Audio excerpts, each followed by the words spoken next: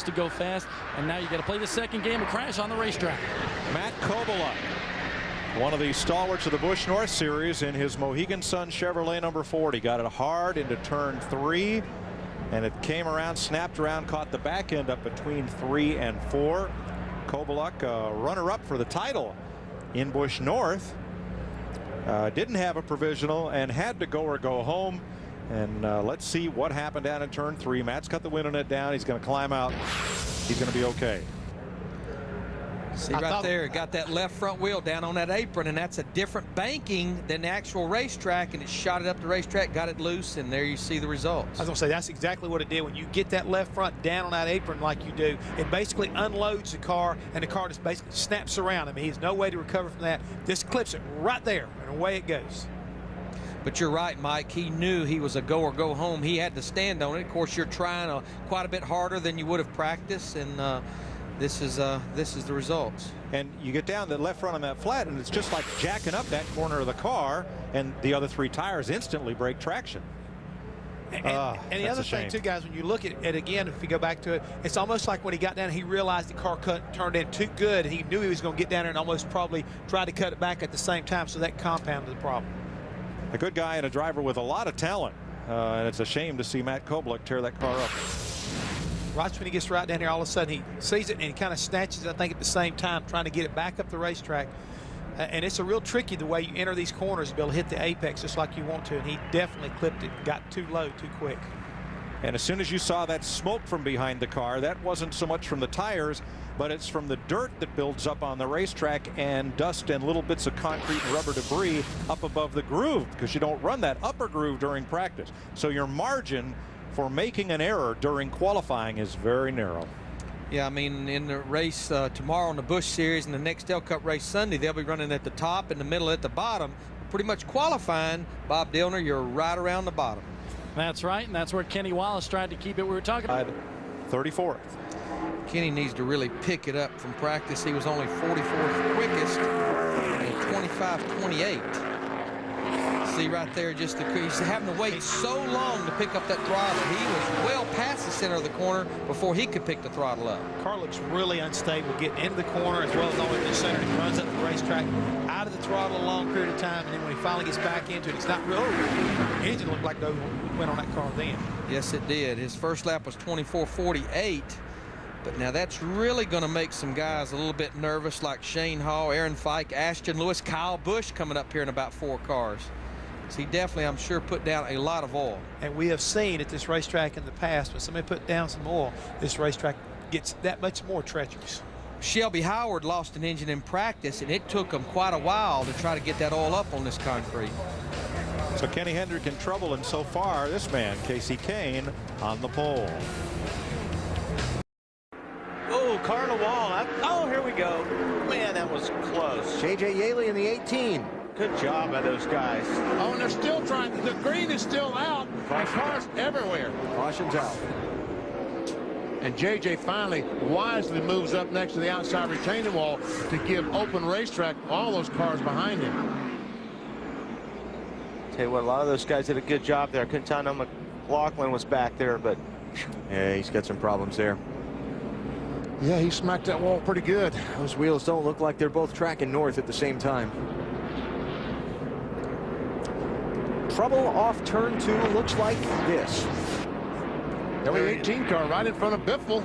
He goes up, gets loose, and goes up to save the car, the wall. Now that, yeah.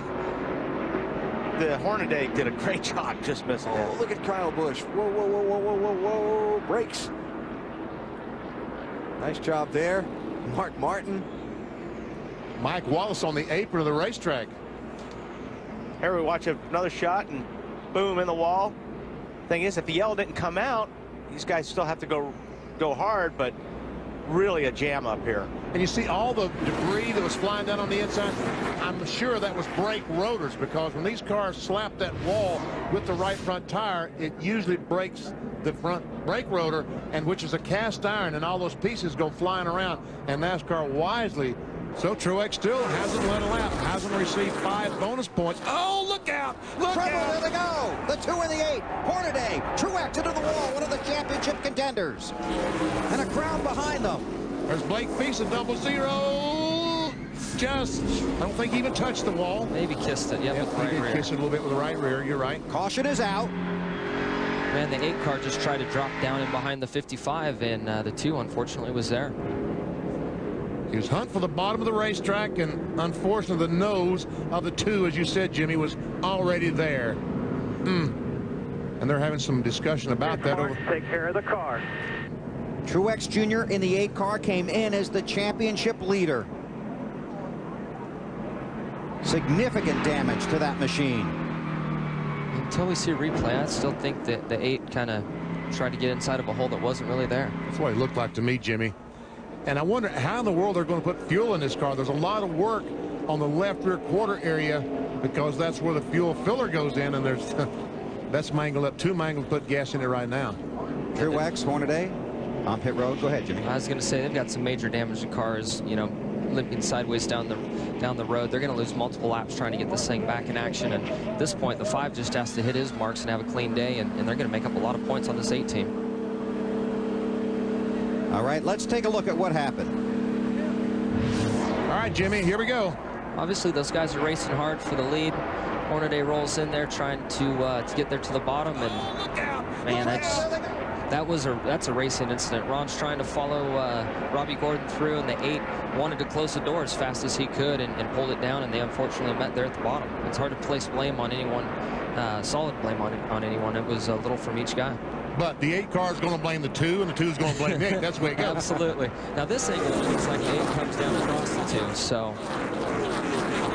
wasn't a lot of room there either way. When you saw the 8 car coming down, though, that's why I said look out. You knew what was going to happen. Yeah, we could see it coming, and you know, early in the race like this, I know he wanted to lead that lap and get the 5 points, but unfortunately the regression's taken him out. Let's ride with Martin Truex Jr. And keep in mind, everybody, this is only lap 3 of 200. Listen when he smacks that wall. Just listen to this. Inside. You heard inside, but it was after he'd already been timed, so that was tough. Already they're saying, let's go to the garage and start working on the car with all the equipment, trying to get this car back on the racetrack as quickly as they can. So the championship leader in trouble early in Kansas City. 4 laps in the board. Hornaday, Truex Jr. involved in the first caution on TNT. Live at the Kansas Speedway under caution in the Mr. Good Sense 300 for a single car incident involving the 21 of Clint Boyer. Kansas's own Clint Boyer. That's right. From about 100 miles down the road. Here we go. He goes in the corner, and all of a sudden the car just, wow, that was wicked looking. Casey Kane's lucky he wasn't caught up in that, but for some reason the 21 snapped loose underneath the 38, and he went up and tested the safer barrier. Looked like the 21 might have gotten loose, get into the corner, kind of like you're on dirt in the. Oh, definitely. Yeah, he lost it down there on the bottom trying to roll up inside the 38, and then he corrects it. He knew the 38 was out there, and it looked like he tried to miss him, but and luckily he did. Or unluckily, whichever. Yep, that baby's hurt. Meanwhile, the caution flag comes out. Tony Stewart decided to stay on the racetrack. A lot of other cars made a pit stop. 5 is in. Dave. Kyle Busch's crew reasoned that because the 4 tires taken on under green aren't charged against your sets during the day, they would take on 4 more. They can make it on 1 more stop after this. So 4 and no changes, Marty. A lot looser at the beginning of that run for Casey Kane's already finished with his pit stop, Dave. They put the pound back in the left side tires they had just taken out, trying to equalize that car a little bit. See, and what this does, the fact that they pitted now, they can make it now on 1 more stop. They had a problem before. They'd have to stop twice. Now they can do it once. Tony Stewart stayed out because he only has to stop 1 more time as well. Basically 125 laps to go. You can split that in half if you stop now. Make 1 more stop, as BP talked about. Under caution at Kansas, Tony Stewart is your race leader. The wreck looking for a place to happen, yeah. To Robbie Gordon in the 55 there in the middle of that. Oh, there it is. There we go. Tim Feeder with a 12 car, and the 5. Kyle Busch is involved. And this is why it's so big that that team got the 8 car back out on the track. The 43 is involved. It's Aaron Fike in 43. A lot of damage to that car. Man, he hit something hard. What's that 58 phrase? car, Drama? Prince Sherman. Yep. Here's drama. You saw the 5-car drive through the screen. So now the 2 championship leaders have both been involved in wrecks. Martin Truex Jr. on lap 3, and now with 81 laps on the board, Kyle Busch, and that car has significant damage. The key, I think, is if the radiator... Look at the toe. The hood is beat up pretty good, guys. We got clearance issues on both fronts. The nose is pretty flat. How's your water pressure right there? About 4. Kyle Busch heads to pit road from the chopper, BP. And the key is the radiator broken in the 5 car. There we see Tim Feto in the 12 tries to stay off that white car.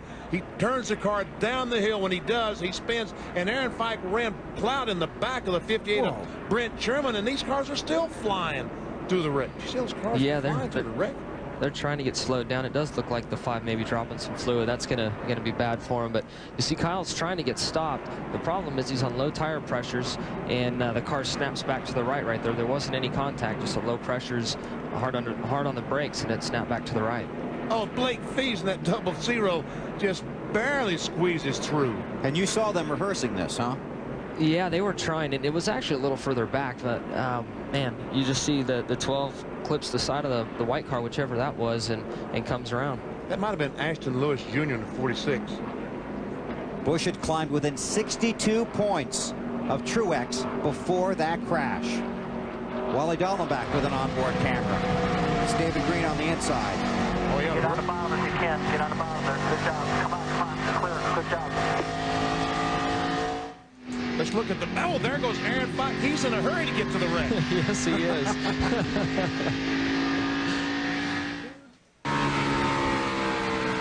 This is Martin. I'm sorry. Spin in front of you. Back it down. The car's up against the wall. Inside. Watch out. God! What is he doing? Oh, my Lord. Good there, buddy. Nice job, buddy. That's Martin Double-0 about killed you, but you're all right. As a driver, that screaming is not a good thing. Burns. Right before you heard the radio transmissions from Kyle's crew, they verified what Benny said. They said the radiator is the key. When they got to pit road, they knew that it was destroyed, so they brought it back here. They'll go to work replacing it and the front end to get this championship contender back out. Bill? You can see a few of the guys that from the 48 team, from my team, and they're trying to help the 5 get this thing put back together. This is a shame. They were drooling in an opportunity to catch the 8 today, and it's not going to work out. So the 2 championship leaders involved in separate incidents. And they work on the car of Kyle Busch. Tony Stewart leads. Are better on that shorter run, but right now they are on old tires. That's Casey Kane. Casey Kane in the wall off turn 2. Has made some contact. Is very, very slow. Started on the outside of the front row, looking to see if he can get inside to get to pit road. Getting help from his spotter. Gets down on the apron and will head for the pits. And we see heavy damage to the car. He got a close shave on that one. All 4 tires are up, so looks like he may have jumped the cushion. Yeah, that's exactly what happened. You're on the edge up there where the dirty racetrack is at, and the right front just got out on it, and then once it got out on it, he fed the wheel to it, and it snapped loose and smacked the wall. Marty. Yeah, Bill, he said, sorry, guys. He said the car just would not go anywhere. He said I would turn and just slid the nose. Been having that problem for the last couple laps, but obviously a lot of times when restarts, the track is slicker. There's more debris on the racetrack. They're going to try to bang out some of the damage and change all 4 tires for the 38 bunch. They had just gotten the chassis to where Casey was really, really confident in it, and now this. The 99 just hit the wall again going into turn 1. At least he's consistent. He's doing it about every other lap. And going in the corner, on these racetracks where you really need to get out wide, I've seen that the last 2 or 3 years, drivers hitting the wall going in the corner. But how much of that is the safer barrier being here this year as opposed to last year? Jimmy, it has taken some of the groove away, hasn't it? It has, but I mean, your eyes tell you that the wall's out there, so you gotta stay away from it. It was their last lap is what you're saying, right? Yes. So Kane heads back out. You know, I was thinking about this when we were at break, too. You know, you've got both the championship leaders that have had problems. We'll watch this and listen to Dave. Oh, trouble! The 9 of Kenseth is around! The 20 of Mike Bliss.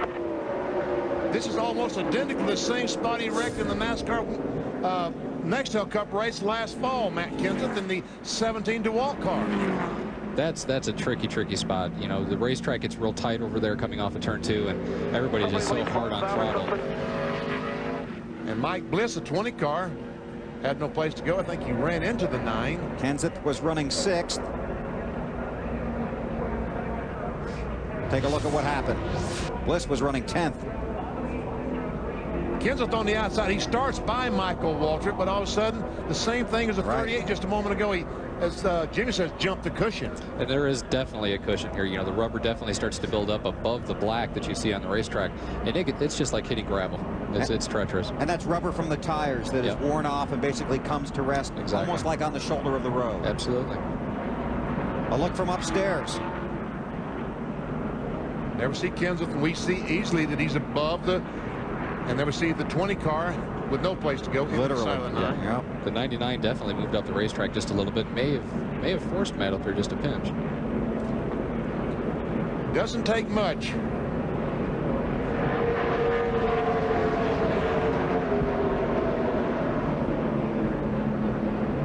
And everybody else gets by. And I walked across the infield this morning between pit road and the racetrack, and that grass is very, very damp because of the 1.5-inch rain that fell here Thursday. Now here's what Benny was talking about. Michael Waltrip spins, and Kenseth in the 17 car tries to avoid him and ends up in almost identical the same spot, but more damage to the 17 car than I think was the 9. And that's when people began to wonder if Matt's grip on the championship was slipping away. We were tugging on that rope pretty hard. Yeah, you were. You were. Okay, the previous caution came out when David Green's car expired, and David's with Dave. He came into today 5th in the championship. David, there wasn't much discussion on the radio. A little bit of an attitude of disgust maybe over the power plant. Yeah, she blew up. You know, far cry from last year here at Kansas. But we just had more than our share of problems this year, and it's just not fair sometimes. These guys work awful hard on my Timberwolf team, and it's not over yet, but this is a huge setback, you know, in staying in the top 5. But, you know, we got some big plans for next year, and we got some great sponsors. We're entertaining, hopefully, come on board to replace Timberwolves, which has been a great sponsor. And before I forget it, I have to say hi to Joe Poperino with the United States Postal Service. He lost his father here a couple of days ago, and I want to tell Joe we're thinking about him and his family. And but, you know, my Timberwolf team, again, has done a great job. And, man, it's awful hard and disgusting and aggravating, you know, to see all that hard work go out the window. And but we'll bounce back and go to Charlotte next week and see if we can keep it together for, you know, underneath the hood there for 200 laps. So, anyway, that's racing, I guess. It's tough. But say hi to everyone, and thanks for all their support. Last year's winner here at Kansas out early today, guys. Thank you, Dave and David. Under caution here at the Kansas Speedway in the Mr. Good Sense 300. On board with Wally Dallenbach. Everybody hang on. Wally's at the wheel. He dodged another one. Tony Stewart, Greg Biffle, Ron Hornaday, Robbie Gordon, and Michael Waltrip, your top 5. He's going to be able to come in and change tires, isn't he? If he has a set left. Oh, yeah, he does, because I think 2 of these stops have been on the green today. Yeah, but he stopped under the first caution. Oh, what's all this? Ooh. Maybe that's where the debris came from. Wow. Oh. That's Tony Stewart in the 81 and Mike Bliss in the 20. And both these guys drive for Joe Gibbs. Yep. Tony, this is not a Joe Gibbs car that Tony Stewart is driving now, but he drives tomorrow in the Nextel Cup, the Home Depot car. Tire rub looks okay. NASCAR has asked the drivers of cars 81 and 20 to settle down just a bit. There was something going on there when Ashton Lewis when Tony got back on the lead lap, and then Tony ran up on the 20. The magic of videotape, we'll see. That's right after he got his lap back. Mike's stuck his hand out the window there.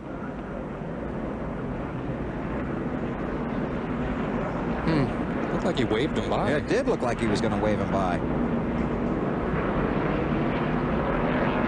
Don't know.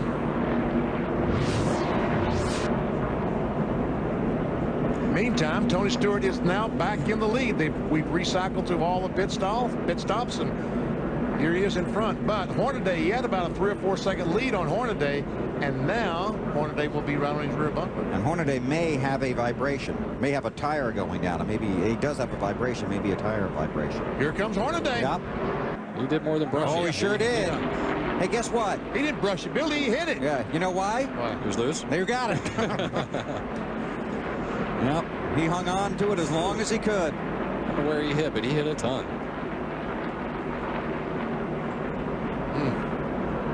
There's debris all over the track, too. Yep. We've got a replay. We're going to get there a little bit late. Might be able to figure out what happened. We got a pretty good idea. There, oh, yeah, he just gets it back in loose, coming off turn 4, and the wall gets in the way. Yeah. He was testing out that safer barrier for yes, tomorrow. he was. He did a great job getting that car down out of harm's way. And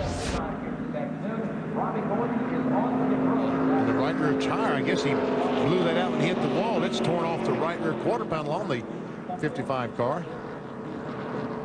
So we're under caution. 8 laps to go.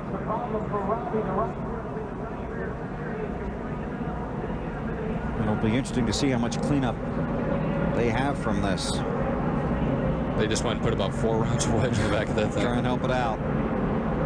So under caution with Tony Stewart leading. We'll come back for the green flag and the checkered flag. You're watching the NASCAR Busch Series on TNT.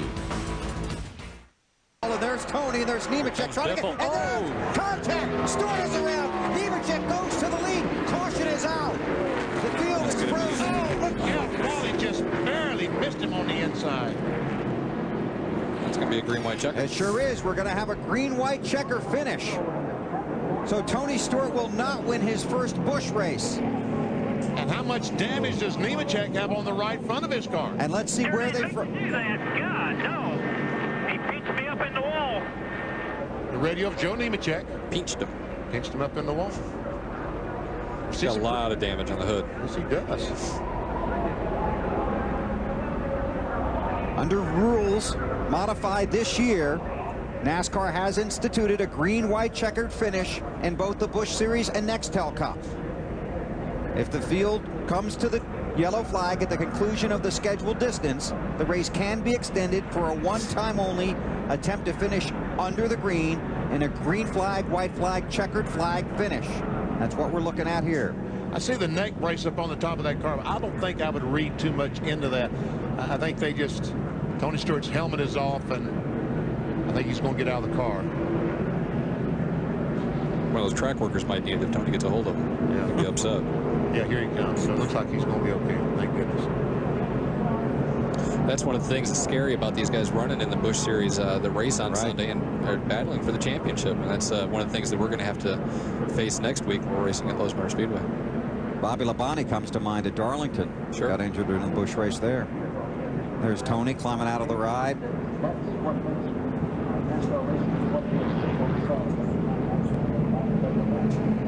Boy, had a great ride and a great car. He sure did. And when he got that good restart, I thought maybe he had the things under control, but all of a sudden Nemechek able to come right back on the back of him. Hoss Berry there, NASCAR official, talking to Tony. He definitely lost a lot of speed after they took the green. I don't know, maybe he had a tire going down or got some buildup on there or something, but something wasn't working out for him. I'll walk to the ambulance for the mandatory ride to the infield care center. Let's watch and see what happened. First from upstairs. Going down to turn 1, Nemechek decides he's going to try it on the outside and gets a good run on Tony, but Tony clears him.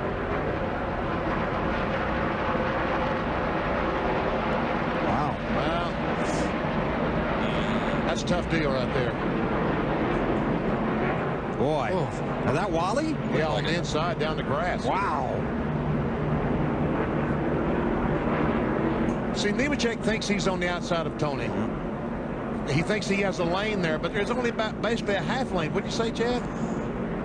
Yeah, that's they're racing hard. Yeah, they're just racing hard. Just racing hard right there. Tony's trying to protect his position right there on the racetrack, and Joe's trying to get it. And that's what happens sometimes. So So Tony Stewart will watch Wally go by. Watch this in the grass. Whoa. So just think, what, 5 minutes ago I was congratulating Tony on his first NASCAR Busch Series victory.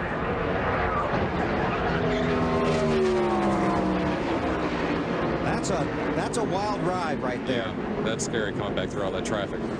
And here's the one you've been waiting for. On board with Wally Dallenbach. Get on the bottom here. Get on the bottom. Come on the bottom. Hard on the bottom. Hard on the bottom. Good job, boy. Okay, hang on to it. Hang on to it, buddy. That Hornaday just hit the wall there. Yep. This is at the back of Wally's car. Oof. Wow. Man.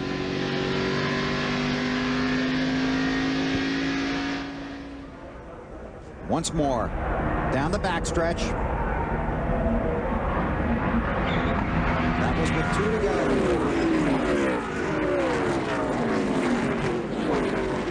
If the speeds they're running there, he's lucky those roof flaps came up. Yep. He may have went for a ride. Yeah.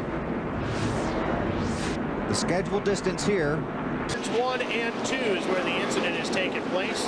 Mike Harmon. 54 of Mike Harmon. Sponsored by a pigeon racing group. Did you ever race pigeons? A what? Yeah, you heard me. Pigeons. Well, racing pigeons. Yeah. No. Yeah. Never have raced pigeons. 16 car was involved in that as well. John Hayden. Yeah. Mm-hmm. Yeah, I asked Mike about racing pigeons. I said, what's the biggest difference between racing pigeons and racing cars? He says, well, we go in circles, pigeons go straight. Do you set up a pigeon? Well, I guess you might have to work on stagger a little bit with feathers, but outside of that. Trim it out? Trim it out. Trim the wings out? Yeah. Aerodynamics obviously would come into play. Let's see what happens here. Well, we'll be back to talk more about pigeon racing and Busch Series action when we come back to Memphis here on TNT. Stay with us. Turn 2, 1 car around. The 0-2 machine around. Garrett Liberty out of Jonesboro, Georgia. Score Motorsports Chevy bringing out the second caution of the day. Biffle's been working through, but he almost spun back in turn 3 a couple of laps back. In fact, he lost 6 spots when he did that, and he's been gaining ground back up. Let's see if we can figure out what happened to Garrett Liberty here.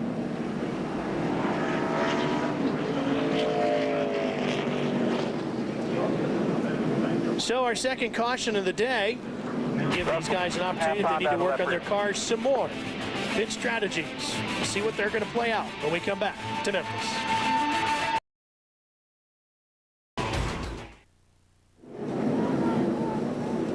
Steve Grissom has shortened up the backside of the number 24 over in turn 2, and that brings out the third caution of the day here at Memphis. Driver from Gadsden, Alabama. Looks like he may have had a little bit of help there from Tyler Walker, the 38 car.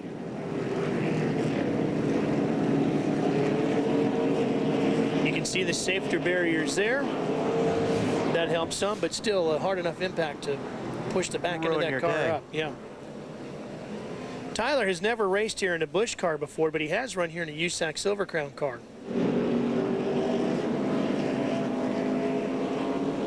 No similarities whatsoever as far as trouble in turn 2. 3 cars around. 4 now involved. 5 involved. Mike Wallace got caught up in that. The 4 car. The 00. Blake Fees is involved. Johnny Sauter. Yep. Wow. Speedway. A lot of good race cars. Well, they were good race cars. Yeah. No more. Now I think we'll see the 14 come in. You think? I think so. Would you gamble on that one? I'll take that gamble. Yeah. Ooh, looks like Sauter got down and he was real low on the racetrack, bumped up into the 12 car of Fedewa. Shelby Howard was involved, and they're still wrecking. Fedewa still having trouble just getting back around. That's over in turn 4. Not sure how that happened.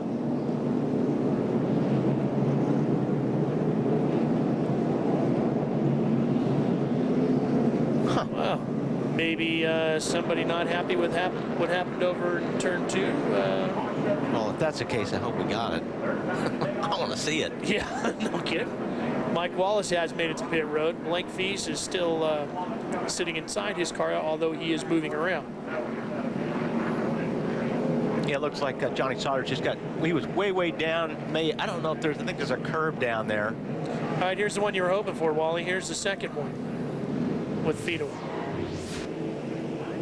Yeah, it looks like somebody was angry with him, and that somebody would be Johnny Sauter. I think Johnny may have thought, can we see that wreck again, the first one? I think maybe Sauter felt that Fido squeezed him a little bit down in turn 1, maybe. Might have had something to do with it. A lot of damage to Mike Wallace's car.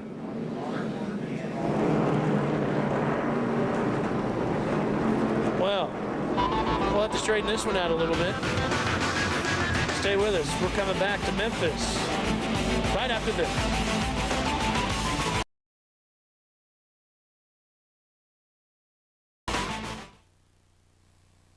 Check out what's on TBS tonight. Some great college football for you. Texas versus Texas Tech on TBS tonight, 7 p.m. Eastern Time. Should be some great college football action. Texas versus Texas Tech. All right, Wally, let's take a look at this next caution. By the way, all of our cautions, for the most part, taking place in turn 2. Right down there on the bottom, I think Sauter felt like he got squeezed by the 12 car Tim Fido, and then Tim Fido slides up and gets into Shelby Howard. And then I think when they got back over into turn 3, like I said, I think Sauter felt like he got squeezed, and he decided to go ahead and dump the 12 car. That taking place under yellow.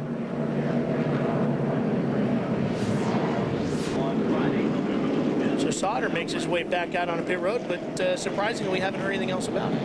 Yeah, that is surprising. That NASCAR hasn't, because usually you would get some kind of... They fixed the car on both ends. They didn't have to do any compromise on the 5, and that's one of the reasons why it's running so well. Well, the 43 is the car that was involved. That's Aaron Fike. And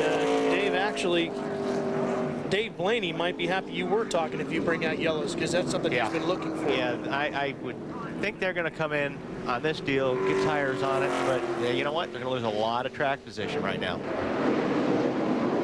Boy, this has been we just saw the water down in turns 3 and 4, but turn 2, really the trouble spot today is the 56 now, Tim Sauter.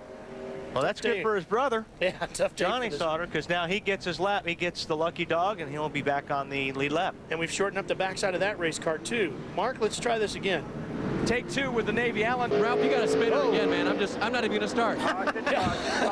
Dave, that's it. You had it. I'm done. You get to talk no more as Aaron Fike brings out our 7th caution of the afternoon. Aaron's having a rough day today. Well, let's see if we got this one. There it is. Yeah, that's tough to tell, but he may have gotten a little help on that one. And he brought a lot of dirt and mud up out onto the racetrack there, too. Almost took out the tail section of that white car. Tough afternoon for Aaron Fike. We'll be right back after these messages on TNT. Turn 2 again. And Dave had nothing to do with it. No, we didn't even hear from Dave Burns this time. He's been getting ready to say something. As I said, see all the rubber they're putting down now when they spin out? Jamie Cottle was involved in that in the 83. The 72 in the mix, John Graham. When does it get dark here? Time? Yeah. Something we don't need to... Whoa, 58. That's Brent Sherman. Spent a lot of time in ARCA this year. And it looks like Graham was the first one around. The 49 involved as well. Derek Cope. Graham may have got spun around. Yeah. And it just stacked up. That was Sherman, I believe, right behind Graham, making his 2nd Busch Series start.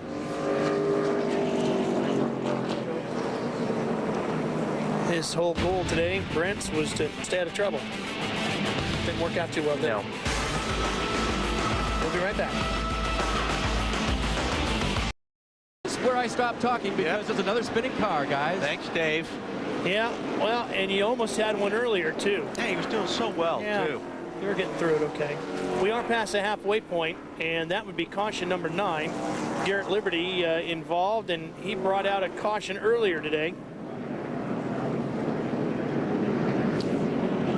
Let's see if we can take a look at what happened. It looks like he got turned. It's on board from David Stremmy's car. And I think that was Ron Hornaday that probably was trying to help him turn through the center of the corner as well. It looks like the 0-2 might have come down across the nose of the 2 car. Yeah. So that might not be all Ron's fault. Ron was just trying to help out. I didn't say it was his fault. He was just trying to help. Very giving guy, Ron. Yes, he is really giving. He's a giving type of a driver. Yeah. So a lot. Here comes Boyer and Hornaday, and Truex is down squeezed. Here. Yeah. Oh, and around goes the 0-4. Eric McClure. Caution's out. Coyote Uglyback machine. Yeah, 3 wide going into 3 here doesn't normally work. That's caution number 10, I believe, making us 1 shy of the record. It started on the, there we go. They just went down there, and Martin Truex had no place to go.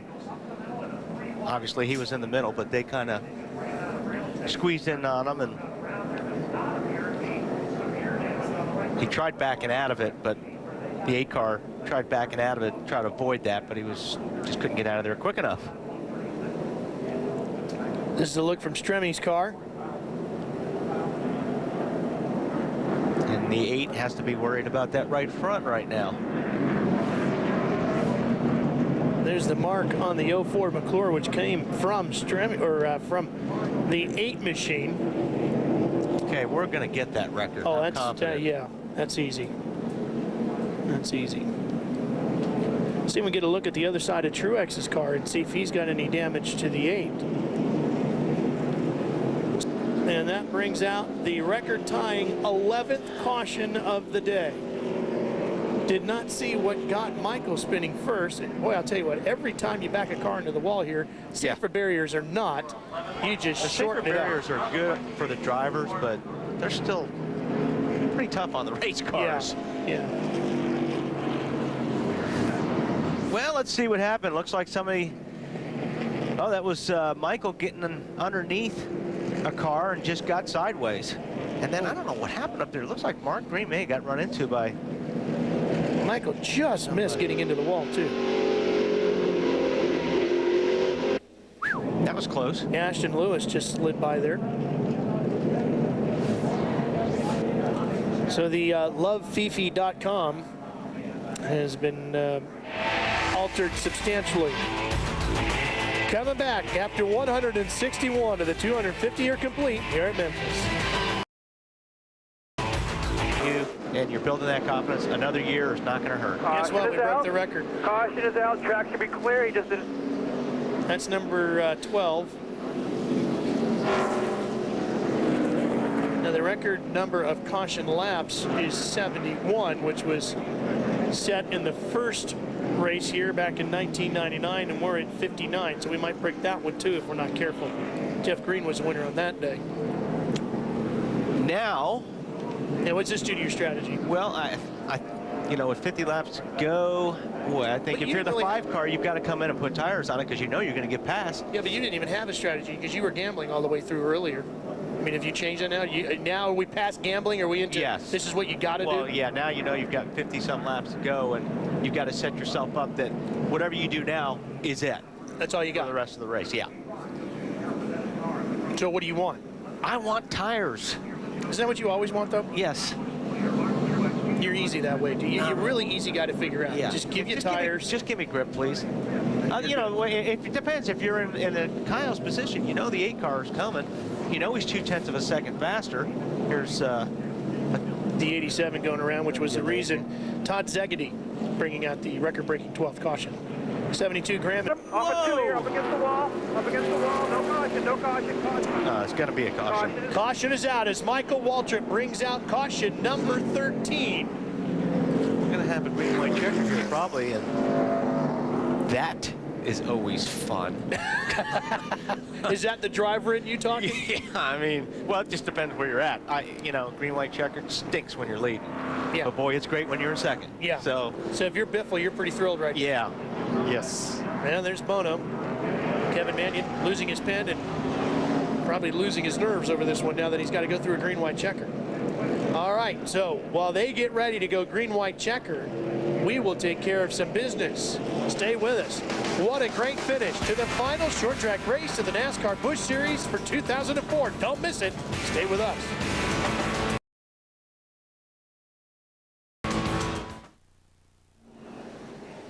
NASCAR Series racing from Memphis, presented by Propane on TNT, is brought to you by Propane. Propane Exceptional Energy. By Miller High Life. To live simply, proudly, boldly, manly, this is the High Life. And by Midas Auto Service Experts. Trust the Midas touch. Getting ready for a tremendous green-white checkered finish, and it's going to be due to the fact that our 13th caution of the day came out when Michael Waltrip got put into the wall. Yes, Michael got clobbered and shortened that car up. Travis Geisler in that 36. Wally, we have not seen a car back into the wall that... The red and white car 20 is Mike Bliss. Oh, trouble! Jason Keller. Oh, I thought he had it saved, but he has made easy. Oh, he hits the wall with the left rear and left front. Caution flags out. Oh, Ashton Lewis going around in turn 4. That was probably somebody didn't get the message the yellow was out and slow down quick enough. Just spun out on our own there, Charlie. Or maybe not. Yeah, maybe not. Spotter says, all by ourselves. Talking about Ashton Lewis, the 46 car. Pretty good damage there to Keller's machine. There it is. This team announced this week they need a sponsor for next year. And Tim working on the car. Let's see if we can see what might have happened. Just all by himself. Jason Keller. Around he goes, so he will not be a fan of. But you know, he had damage to that left front before he spun. Did he? I didn't get to see that. It's lap 4 of a run, and your tires are going from the good, sticky goodness to what your car is going to start to drive like. And he was on the outside. He might have made contact with Mike McLaughlin in the 25, and there's a damage on the left front. Definitely. More damage on the left front. That didn't last hit was big. Another look at it, right side of the screen. There's the damage on the left front. I got it. Oh, maybe I don't. Almost got it. Maybe I don't. Oh, darn. Somebody unleashed a can of bees in the car. He was swapping. Poor Jason. So a bad break for Jason Keller, and the first caution is out here in Charlotte. Justin Labonte. As soon as he ran up behind the 44 car, he's struggling. Nemechek, around he goes. Second place car has crashed and the caution is out. Man, that thing came around quick on him. Do you remember the race here in May when Joe came tearing up through the field and then spun out trying to get second place? Remember when he was trying to come back and catch Kyle?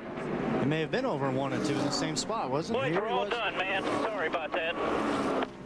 So much for momentum. He was rolling, too. I've noticed the last few lap times he was the quickest car on the track. But it seemed like when Casey Mears, the 41, ran up behind the 44, just that dirty air or something, all of a sudden he started slowing down dramatically.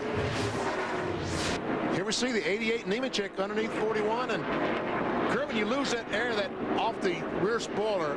It's tough underneath somebody. It is. He had his nose about 12 inches further forward than the 41, and when your nose is just a little bit further forward these days, it just seems to plant it right into the ground.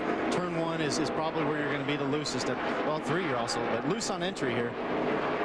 So you plant the nose, which makes the back end come around and get loose. It's just when 2 cars are side by side, it just goes directly to the car that's 12 inches in front, and he had all the air on his nose. And it just seemed like the tail got light on him with the 41, pinching him down a little bit.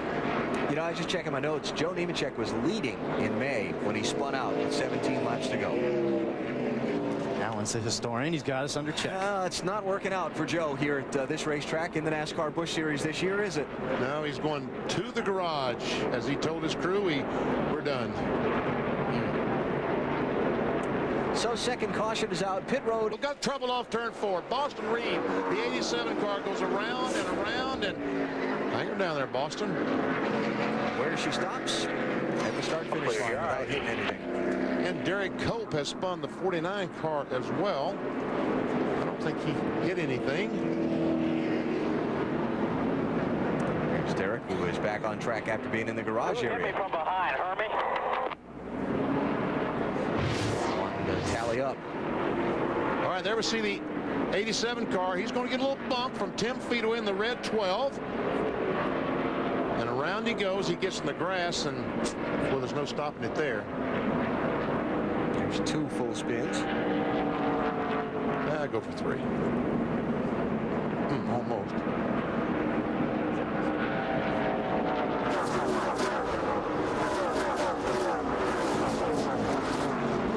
Just a little bit of help from behind, and he might not have been full throttle. And then we see Cope have his problem. Somebody got in the back of him. That was Hermie. Cope had seen the traffic up ahead. Hermie Sadler in the 02 ran the back of Derek Cope. We're talking about those tear-offs on the windshields. The crews can rip off a film, and they cleans off the windshield. Oh, Casey Kane. Wow. Heavy contact in the 38 car. That wasn't a clip. That was a full-blown haircut there, wasn't it? He got his wig right smoked. Front is broken power rod or something for sure right now. In other words, he can't steer the thing.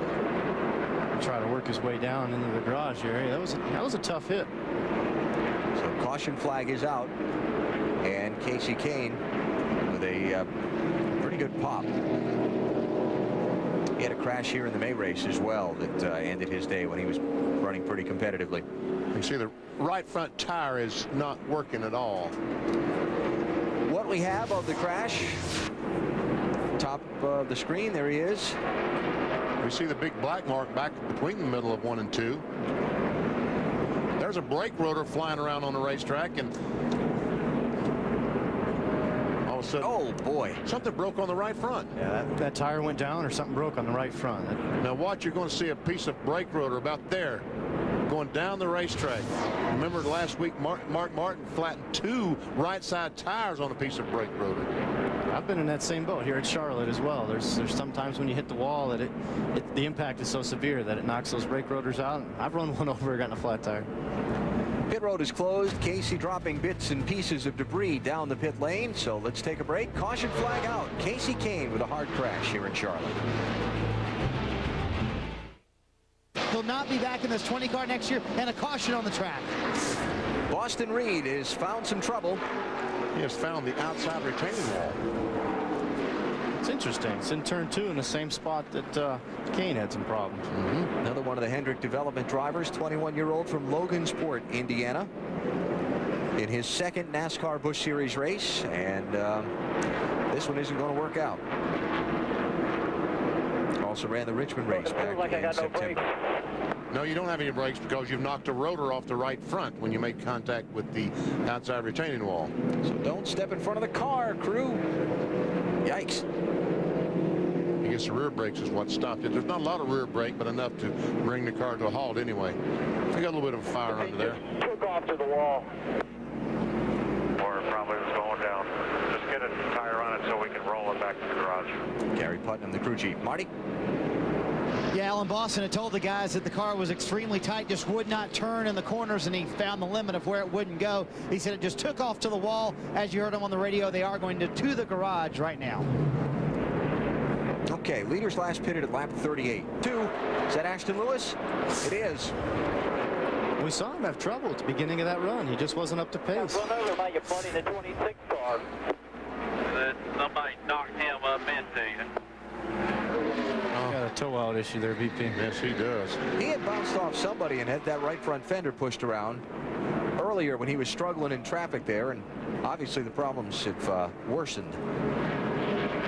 Well, the left front's pointing south and the right front's pointing north. Not a good combination. Not at all. Yeah. You can hear him all the way up here. Yeah.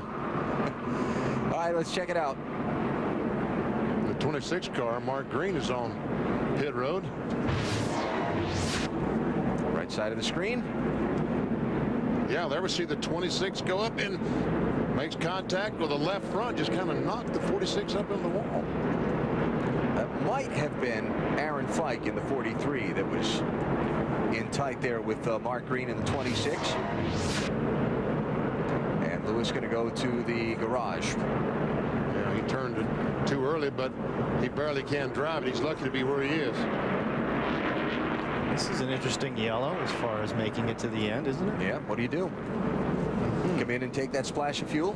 Or does this yellow flag pace allow your car to get better fuel mileage? It's always the question. These questions and more answered when we continue from Lowe's Motor Speedway, Charlotte. We got a crash. Got Aaron Fike in the 43 car. Pretty heavy contact. Yeah. Yeah. Man. On the hood of the car is Leanne Rhymes, so he did not treat her nicely. Tough hit for Aaron Fike, who has had a couple of bruisers this year in the NASCAR Busch Series. See Aaron moving around in the car. You also see water coming out from the car, so he has broken the radiator. He's going to make contact with the 91 car and get turned head on in the wall. 91 is Stanton Barrett. Too many cars in one spot. Did not have the lane he wanted available to him. There definitely was a car on his outside. He's got no air on his nose following the 00 that close. And that turn 4 wide, I didn't hit it that hard today, but that was definitely a hit. Definitely a hit you didn't want to have. I'll agree. You didn't hit it that hard.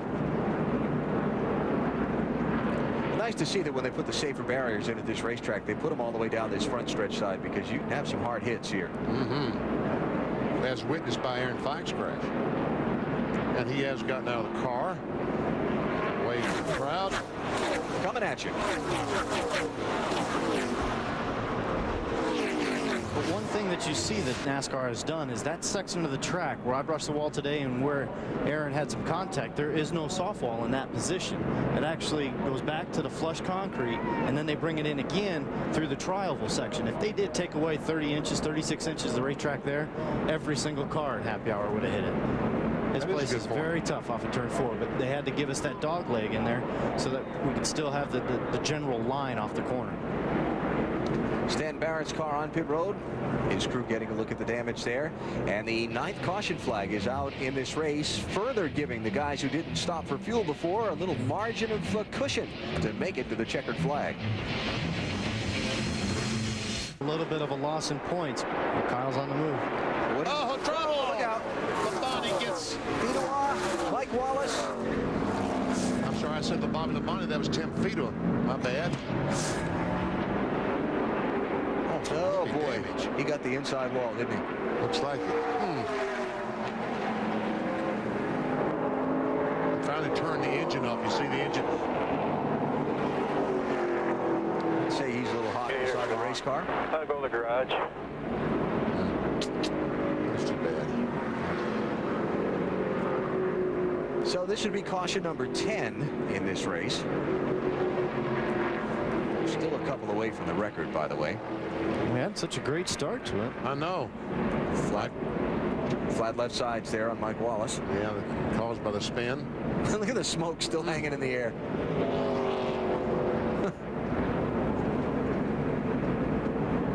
Okay, VP, do your thing. Kurt, let's see. We see the contact there between Jimmy Spencer in 74 and Speedway in 12. And Speedway just nails the gas trying to get the car to spin around, but what it did was drive straight down into the inside wall. Ended up running into the inside wall, and whether Wallace had help or not, I'm sure he did. He was just trying to avoid the circumstance. And there we have Spencer into the 12. Justin Labonte's able to squeak by, as well as 47. I know this. Robert Presley. And Blake Fleece. Oh, that's who we ran into. The 14 car of Casey Atwood wasn't the inside wall. That's his teammate, isn't it? Yep. Unfortunate. Double damage for Fitz Bradshaw Racing.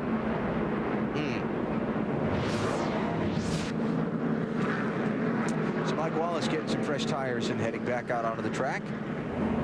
And let's hear from the second place crew. Gordon's going to be in the way of the 33. Oh, yes, he is. He makes it through there. Caution's out. That wasn't very nice of Boyer.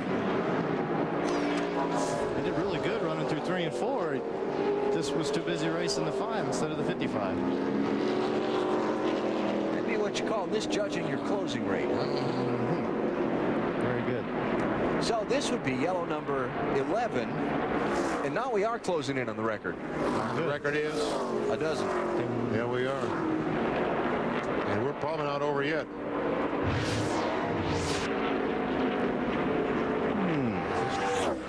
Flat out bumped into him. I've done that. Just as tough you have? Yeah, my buddy Biffle, my teammate during the All-Star race. I was trying to help him out. Oh, that's right. You're down at the one. That's yeah. Big wreck. Yeah. Big wreck. Yeah, I remember that now. Robbie Gordon was 11th at the time. You know, the worst part about it, he never expected to get turned around at that spot, did he? No, I was just coming off the corner. 33 had a tremendous run. And mistakes are made. How we all learn. Oh, it doesn't take much, does it? I mean, it looked like he barely nicked him. Yeah, that's what we've got going on with these cars. The noses are pinned to the ground, the tails are up in the air, and that's one thing NASCAR is working on, is to lower the back of the Cup and Busch cars, even the trucks, so that the bumpers align, so that when you do have a circumstance such as this, it doesn't just lift the guy up in front of you, because that's what does happen. The guy just gets lifted up. Hold your line, coming across, stay low, right in front of you, go high. Uh-oh. Robbie's having a little trouble getting back around to pit road, I believe.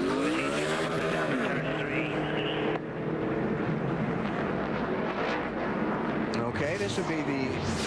I'm trying to get back to pit road and it's not working out. You got a flat tire? What's going on with the car? Something is amiss. Maybe something got twisted when he was spun around. Had to go through the grass, onto the asphalt, grass to asphalt. Looks like there's something wrong as far as locking up. Looks like you just touched the brakes and the wheels lock up. Yeah, see that? What do you got, Rob? Look at that. Trying to pop them. Front tire's just locking up. Matt? AB, there is a tire rule here in the Busch Series. When you run out of tires, yeah, you might possibly try to get a flat. Oh, I got you. You So think? that way NASCAR will then say, yes, you do indeed have a damaged tire, and we will give you another tire. Well, that's a safety concern. They spun around at 180 miles an hour. He's got flat spotted tires.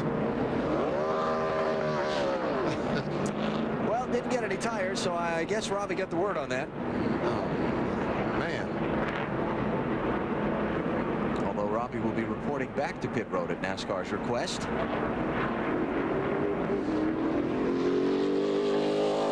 And we'll follow up on the why on that in just a minute. Meantime, the field's going to get the 1-to-go signal when they come to the line, so we'll get a restart with 20 laps to go this time.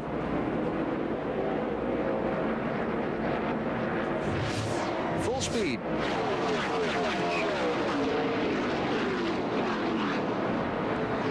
Decisions when you're back behind that smoke. Go high, go low.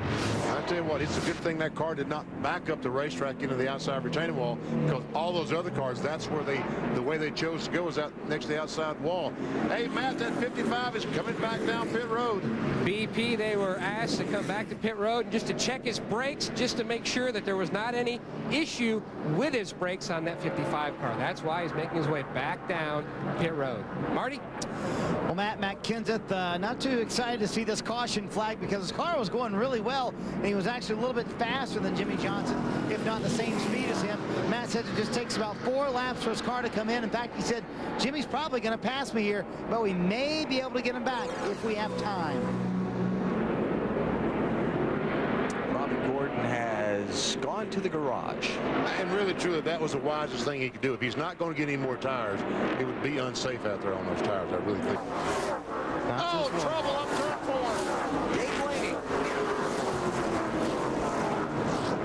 I think that Kyle got in the back of the 82 car up in 3 and 4, Kurt. Uh-oh. Might have damage to that 5 car. And I may be wrong. I just looked up and I thought it was the 5, but we'll see. Hopefully we'll have video to substantiate what I said. So caution again with 14 laps to go. The last thing Mike Bliss wanted to see. So this has really been a bad night for Yeah, that's Armando Fitz and Terry Bradshaw. Is that a third car? Yes, it is. That's not good. That's too bad. Well, this will definitely get a bit more interesting. We just keep adding up more and more things to see who's going to win this. All right, let's go back and look at what happened. All right, let's see. There's. Yep. Sure enough, Patrick swatted him. Yeah, he did. Looked like Dave kind of had to ease into that corner for some reason. And that was the point of throttle, getting back to the throttle on time, and the 82 might have been a little loose. Oh, Clint Boyer just barely gets by in that 33 car. Let's listen.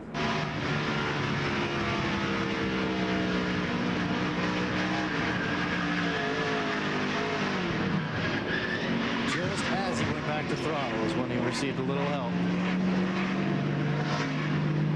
And from Kenny Wallace. Speed in front of you. Go low. On board with the Bobby Labonte. Get in front of you. Hold your line. Down low. Straight through. Hustle. Coming across. Clear. Turn 4, the one car just went around. Whoa, and he almost got collected, but made it to pit road before Hermie Sadler got up and into him. That's Casey Mears. Yeah, I just happened to catch him out of the corner of my eye. It looked like the car got loose on him and went around, and he kept it off the wall. Did a good job of driving, but he almost, like you said, Mike, as he rolled away to try to get back down on pit road, he just about drove in the path of Hermie Sadler. Casey qualified back in the 15th position. It'll be interesting to see what that problem is with Rusty Wallace, because he qualified 14th. If he has to change that motor, he'll have to go to the rear.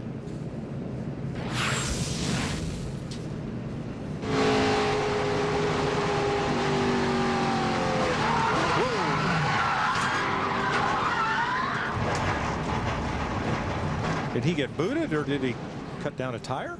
It or did almost something lock sounded up? like he was certainly getting ready to come in onto pit road. Booted. I believe he got hit and maybe didn't. You know, what you should do is, and maybe he did or didn't, is give that hand signal to the cars behind you in practice, and you need to do it down the backstretch that, hey, I'm going on to pit road. And it sounded like he definitely was coming to pit road. The car behind him did not acknowledge that and just picked that throttle up, got into the back of him. And a caution. Is that Robert Presley? It is. And flat left rear, doesn't he? Yeah. He doesn't even have a tire on the left rear. Well, that would cause some smoke, wouldn't it? Yeah, when that tire came off, it certainly would. I never see the tire, and that's one reason for the caution flag, to get that piece of debris off the track. Wonder if he slipped into that wall off turn 4. Well, he couldn't have. It's the left side of the car. Well, we'll try and find out what happened to Robert and have that for you when we come back to Phoenix.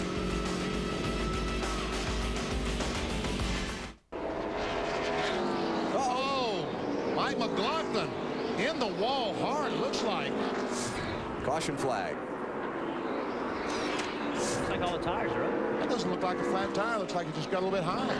McLaughlin running 24th at the time. And we have the second yellow flag of this race, and back to what you said a second ago. Transmission just went. Huh. About the lap cars, Jeff. Derek Cope, staying the first one behind the leader, is going to get the lucky dog. There's that turn 4.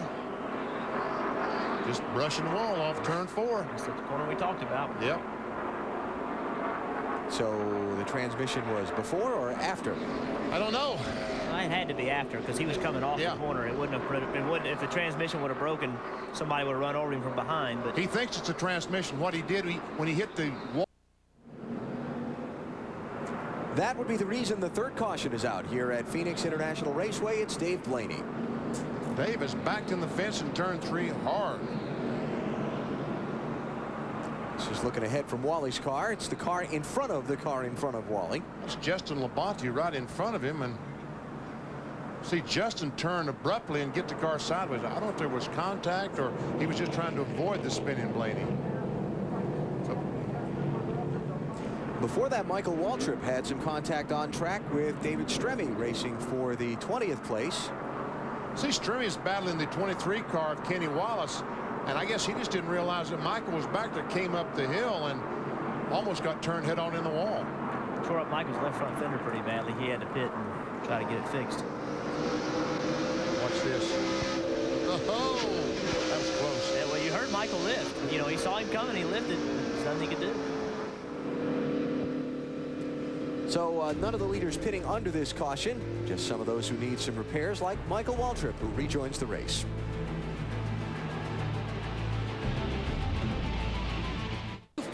Caution on the racetrack, Alan. John Graham is spun around in turn 4 in the 72 car and brought out the yellow flag right as we get to the halfway point of the race, and this will make things kind of interesting strategically. Man, will it ever, because I think these guys can probably run 100 miles on a tank of fuel, but what those tires going to be like at the end of 100 laps? Everyone will, without a doubt, pit right here. This is with, I mean, this is a no-brainer right here. Few people pitted earlier. This is their last set of tires that they'll be able to put on. So it's not on the leaders, but there are a few that this will be it. John just spins a 72 car right in front of Robbie Gordon. He didn't hit anything. Luckily, didn't hit anything, yeah.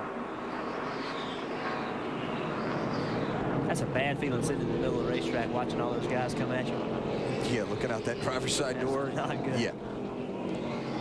Pit road is closed while they gather up the field behind the pace car. John getting a little early start on his pit stop. I want some fresh tires. I don't care whether the pit road is open or closed. I'll start at the end of the longest line. No problem. All right, they're going to open.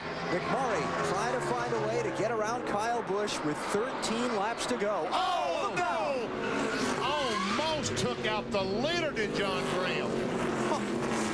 Oh, my goodness. And this caution flag is the break that Truex needed. This is a game of inches right here.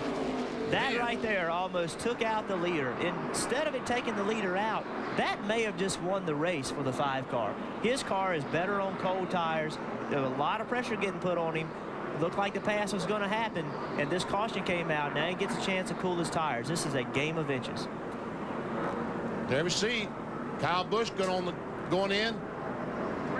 Yeah. He was trying to get out. He made a mistake, but he made a mistake because he was trying to do the right thing. He saw the leaders coming. He got on the apron trying to get out of the way. You just can't run that far on the apron here at Phoenix getting into turn 3. You can do it in the middle of 1 and 2, but you can't do it getting into 3. He got in the apron, which shot the car back up the racetrack, and then he had to jerk the steering wheel to avoid hitting the 5 car and spun himself out. Yeah, but he, let's give him credit for trying to do the right thing and get out of the way of the leaders. He made a mistake, but he made a mistake in a good effort. So the 8th caution flag is out in this race after John Graham avoided. Yeah, between him and the 5, get into 3. Look, got a spin, turn 2, Shane Meal. And more. 59 car, Stacy Compton. Caution flag is out. Oh, McMurray did not want to see that. No, he did not. This wreck started a lap before it happened. Yes, it did. Didn't I see him coming off turn 4, 3 wide or something? 3 wide, and then behind that got bottled up. That was one of those, everybody could see it coming. Probably even the guys behind the wheel. Oh, my goodness. That's close to contact there. So the caution out with 4 laps to go. Water coming out, just spouting out of the 32 car. And he's putting water all over the racetrack. All right, now this is in turn 3, 3/4 of a lap before the wreck. There see the 00 of Rains and the 21 of Harvick make contact. Now here comes the 32 of Meal. Okay, they get side by side with Rains. Oh, wow. Shane just drove her down in the corner. And finally, he had to slow down so much to get under control. Harvick ran in the back of him. Fido up over the top of Compton.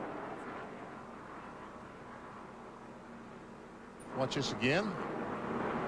Looked like he was on dirt going down the corner, didn't he? He's really loose right there. He's doing all he can. He's just so slow, Harvick gets into the back of him. The rest are casualties. Oh, man. Fido was trying to fly, wasn't he? This is how you drive the corner down in dirt. But this is not dirt, unfortunately. Right now, Shane's thinking, whoo, I saved it. Wait a minute. I had it saved.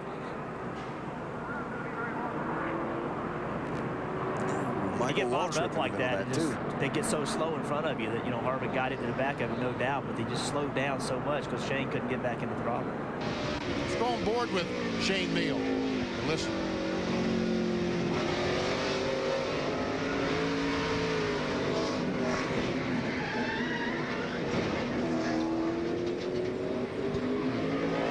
That wasn't going to be pretty.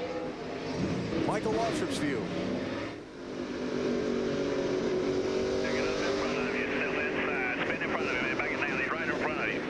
Wow.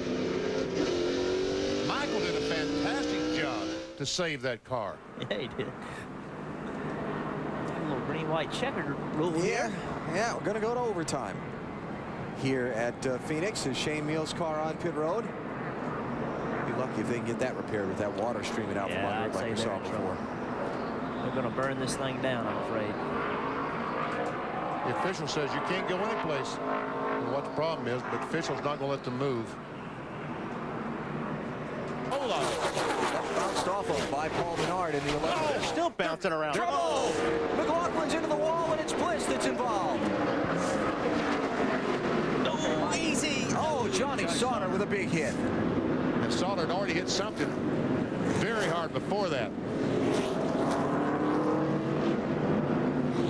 At least 3 cars involved on the back straightaway.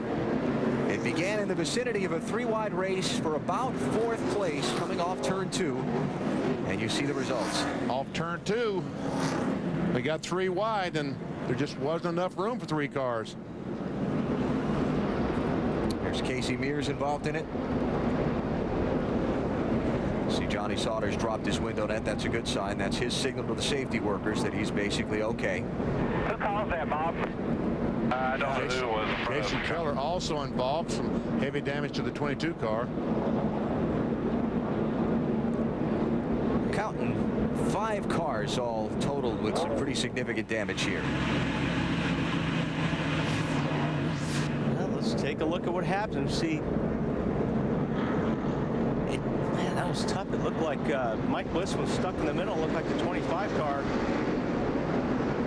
Well, it's hard to see from that angle. I don't know what happened to Johnny Sauter there. I guess he just tried to dodge the wreck and ran into the inside wall. Yeah, it looked like that McLaughlin came off the corner and didn't realize that there was a car up on the outside that's 3 deep. He thought they were just 2 wide, and he took that into account, but unfortunately there were 3 cars there. Yeah, he definitely looked like he drove up to the right into Mike Bliss. That's Casey Mears that's pinned to the outside of Bliss. Yeah, got into Casey there. Yeah, watch the 25 car as he kind of drives. Well, that's a different angle there. It looked like he was just saving it. Like he got loose coming off the corner, and when he was trying to gather it up. Yeah. Whatever the case, this is Shane Neal.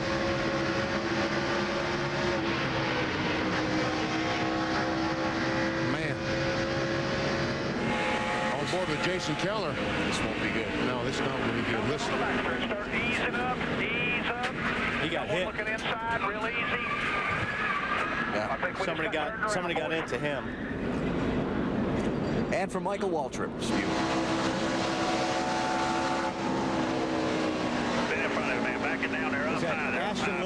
Backing down there, all up high, all up high. Ashton Lewis is the one that got into Jason Keller. But what happened to Sauter? There he is. He's going to get clipped by Justin Labonte right there. Yeah. I get turned in the inside wall and just missed a safer barrier. A shot. Probably 130, 40 miles per hour head on the inside wall. Nasty. Just close racing. Didn't look like anybody's really fault. It's just real close. So some of the cars still in the accident scene being cleaned up, and some of the cars who were able to drive away on pit road, Dave. And they're trying to see if they can keep the 20 car in this race in its damaged condition. Mike came on the radio and basically just said to the guys, nobody gave me any room. We saw that. He was in the middle, and McLaughlin was inching up against him, and Casey Mears on the outside. So caution is out just a few laps into the race. The race for 4th place off of turn number 2 goes bad. 5 cars heavily damaged in the aftermath. Back to Atlanta after this. You're watching NASCAR on TNT. TNT Sports live at the Atlanta Motor Speedway, where a 5-car crash on lap 3 has slowed the Aaron's 312 to a cautious pace. And there you see the cars involved, and I think Casey Mears out of his car, isn't he? Yep, and he's standing by right here, BP. Car's a mess. What happened? I don't know. Just everybody was just kind of getting started. I got loose on the bottom and 1 and 2 right on the start. And it got me to the top, so I was kind of trapped up high and got on the outside of the 20. And he was giving me plenty of room coming off of turn 2 there, and then he just turned a hard right, so I think someone got into him and then got into me, and really we were just kind of riding. I wasn't even trying to pass him. We just had a big run, and he gave me plenty of room, and then it's like he ran out of room. So I don't know exactly what happened below him, but it looked for sure like someone hit him, and then you were aware you were 3 wide. Right when all that happened. Yeah. Okay. Short day for these guys, Alan. Mayhem reigns supreme where Casey Mears is concerned. Cleanup continues here in Atlanta. Some drama in the late laps in Atlanta. The championship leader is in trouble as he slows. He sheds some debris and brings out the caution flag. He's got left rear flat tire right now, and he keeps going. Come apart, yeah. And he keeps going. Did not stop and change it. And you're right. We just hope it doesn't come apart and tear up the rest of the car. Martin Truex Jr. running 6th in the race at the time, came on the team's radio in the middle of turns 3 and 4, said, "I've got a flat." Now, some contact here possibly with the 14 car of Davis Tremme. Wow. Yeah. Oh, I guess. That will cut a tire. And once again, they get together. Second one was out of frustration. I think the first one, Tremme just slid up.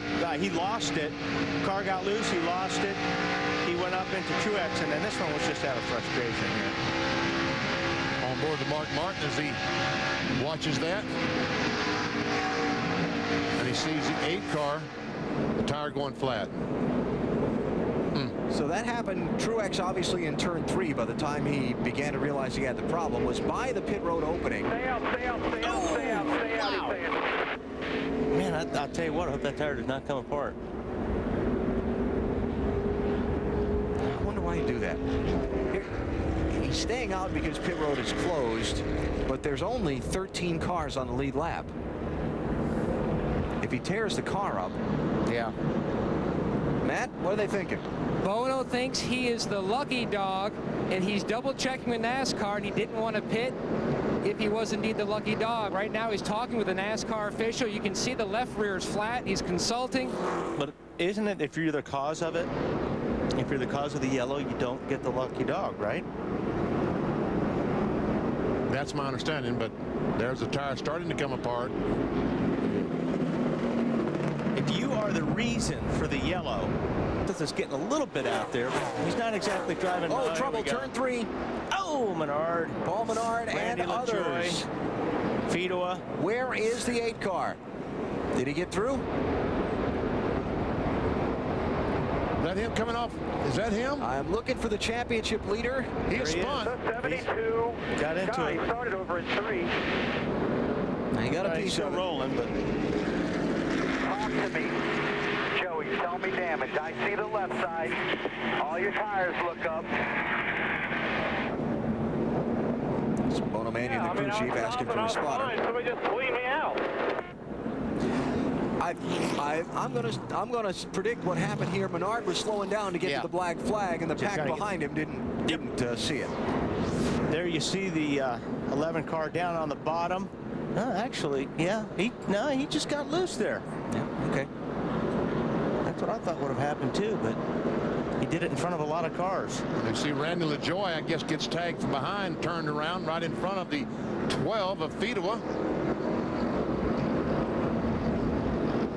All right, but where's he the got 8? loose getting into the corner. Where's the 8 in that mess? How do you get backed up? He's a little bit further back. I think he got run into or something by the looks of it, because he wound up over on the apron. Right there he goes. Nope, No, that's not him. not him. He's still to the right. Yeah.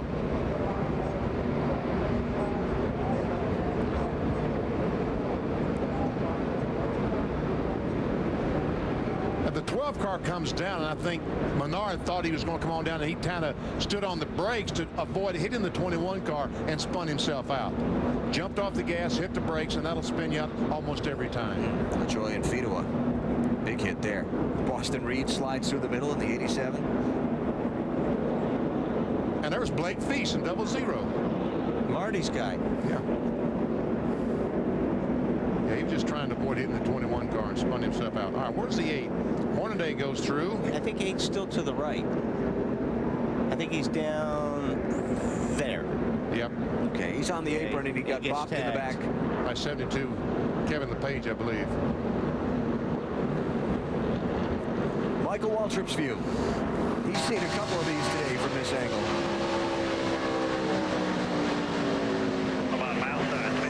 He's on the bottom. He's still on the bottom. Nice job, buddy. Had a way to get through there. Got a yellow. Big wreck. Go ahead, Matt. Bono just told us loose. Trying to run that bottom. Oh, trouble. Clint Boyer, Reed Sorensen. Caution flag is out. More cars involved. They're still spinning off their turn 2. There's a lot of damage to that 21 car. Finally, the smoke clears. Report is maybe that Reed Sorensen had a flat tire, Marty, to start that? Yeah, Reed Sorensen had been telling Brian Patty under the caution, I think I have a left front flat. They looked at it with binoculars and looked up, so they told him to keep on going. He said, I'm telling you guys, before we go green, something is wrong with the left front of this race car. Oh, that's a shame. Well, that shot, the tires are up on the left side. So it might have been something else. Well, just his 3rd NASCAR Busch Series start. The hometown folks certainly knew Reed Sorensen was here today. Well, they did. He did a terrific job. Let me see what might have happened over there. There he goes in the corner. Oh, he just ran the back of the 21 car. Yeah.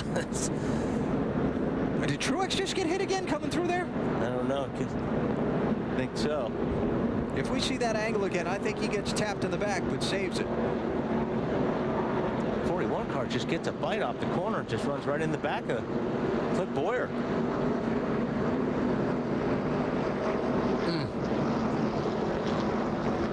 That is the downside to being 18, isn't it? Yeah. Man. Oh, boy. Watch for the 8 car on this one. He gets bumped from behind by J.J. Yaley and makes the save. Hornaday does a good job hanging on to that. There's the 8 car up on the high side.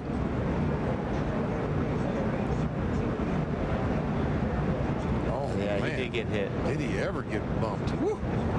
He feels like Earnhardt last weekend. Yeah, but he's still on the lead lap. He got through it. The field is going to be stopped over here on the front straightaway and put onto the red flag. There are bits and pieces of race cars scattered down the backstretch from where the wreck victims drove away. So they want to get out and pick all that up before we go to a green-white checker finish. We've seen a lot of those this year, aren't we? And this car was at Atlanta 2 weeks ago, and he's still sharing the ride with Travis Geisler, a young and up-and-coming driver. This team's planning on the full schedule next year. Picks it up about a 10th, but he does not pick it up as far as his position. So standing to be 6th quickest right now. But Larry, he got in the wall just a little bit. He got into it just a little bit hard on his coming to the speed lap, as well as I think on his first lap he got into the wall. See the stripes right there on the right side. He's coming off turn 4. Just run out of racetrack right there. And that will rub a little bit of speed off the race car. Not to mention, it'll mess up the alignment of the car. He actually hit it pretty hard. Matt Yoakum standing by with Kenny Wallace. Tough. 4 cars involved. Oh, and another one. That fight just got nailed. There's Brad Teague that hit him. That didn't take long. Shane Hall, 96, damaged. Paul Menard was in it the 11. Tim Sauter, 56. Tell you what, looked like that Brad Teague at 52 nailed somebody hard. Aaron Fike. Aaron Fike. Right in front of the door. And the original starting lineup that came out did not have the 43 car on it. And then the Busch Series realized their mistake and put him in the race because he was a past runner from last year. And what did he run? 1 lap. Darn. Yeah, the team owner was a winner from last year. As Brad Teague's car, you saw the safety workers around down in turn 1. Very bottom, we see Fike in the 43 goes around. The blue car on the outside, Sauter goes into him. Shane Allen, look at this. Wow. Brad Teague, that 52 car right in the left door of Aaron Pike. So just a couple laps in, and Darlington has already claimed 4 cars early in today's race. Power to keep it hooked up. That's it. Oh, backstretch, a big one. Mike McLaughlin. This guy wrecked. And we heard the spotter say we just got wrecked, so I guess someone got in the back of Mike. We see he's made contact with the outside retaining wall. Reminiscent of Richard Petty. Oh, there's one of the rear springs. It's a big lick when the rear spring rolls across the racetrack. Mike dropped the window net, which is his signal to the safety workers that he's okay. Wow, that's a heavy hit. That's reminiscent of the crash Richard Petty had your 47 hit you in the back end. Okay, there you go. Mystery solved. Third caution flag. Cause, please. Yep. Oh, just got turned head on in the wall. Wrong way, yeah, too. Robert Presley in the 47 car. Looked like 25 may have had a little bit of trouble getting off the turn 2 over there. Now, where's the rear spring going to lead anytime now? There it goes. On board with Jason Keller as he backs off and Stay up. You're clear. Caution should be out, but it's not yet. It's out. That was a race for 13th position between Robert Presley and Mike McLaughlin, and the yellow flag's out once again here at Darlington Raceway. See it, so I don't know what happened, but I was definitely in the throttle there. But you know, this group of Team Marines, they Marine mentality, they'll keep digging, and all the Marines doing a heck of a job out there, and we pray for your safety, and for all the families who lost loved ones, we're with you. sorry, Mike, I didn't mean to interrupt you, but we had something involving Kyle Busch, and that just might give this championship to Martin Truex. I think you're right, BP. Talking about, we heard the Justin Labonte instructions that his dad Terry gave him. You get in side by side of that corner with someone, you got to give way.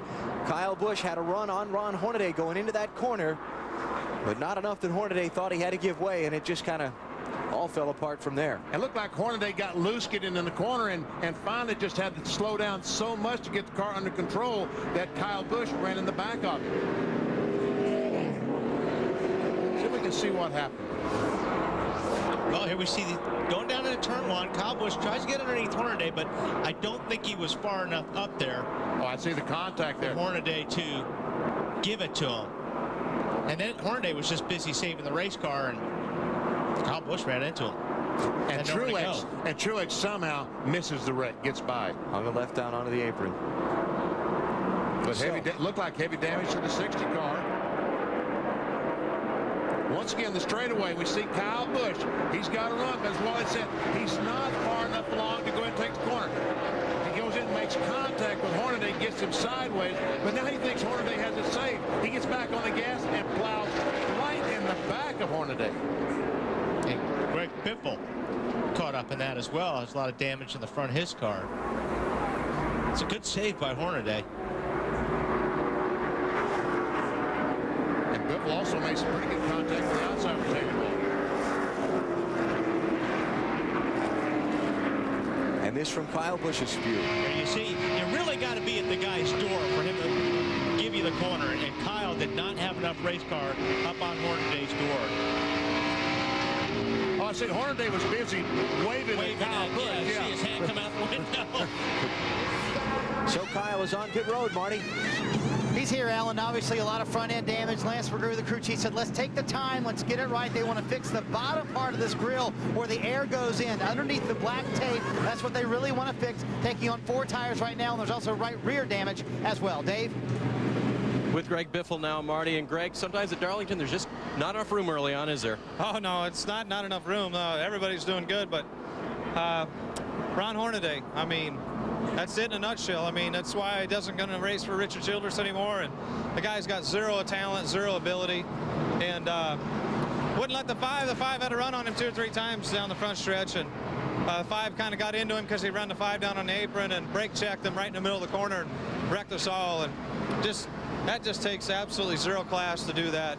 Brake check a guy right in the middle of the corner and wreck us all. I hope NASCAR does something about it. That's just ridiculous. Your car done for the day, Greg? Oh yeah, we're done. I mean, just slammed me against the belts, you know, and jerked my neck off, about jerked my neck off. Wasn't expecting it. I just hope they do something. I hope they penalize him or park him for the last race of the season, because stuff like that can't be tolerated when we're all out there. We're all professional, and that's not even close to being a race car driver. That kind of stuff on the racetrack. I don't understand. Thanks, Greg. Alan? And you know, maybe he did brake check him. Now that we think about it, he says that, it does look like. Yeah, well, he's obviously waving out the window. He was mad. Yeah. And from that angle, we didn't see that earlier. So it could be that he just, you know, he was mad enough at Kyle that he did do something like that. Both Hornaday and Kyle Busch have been on pit road for damage repair. Here's another look. If you watch right when after Hornaday saves the car, it almost looks like he turns or the car goes right up the racetrack. Watch, these guys go up to the right. He's already saved the car here. Now all of a sudden the car goes up to the right and slows down. So that's, I think, what Greg Biffle was talking about right there.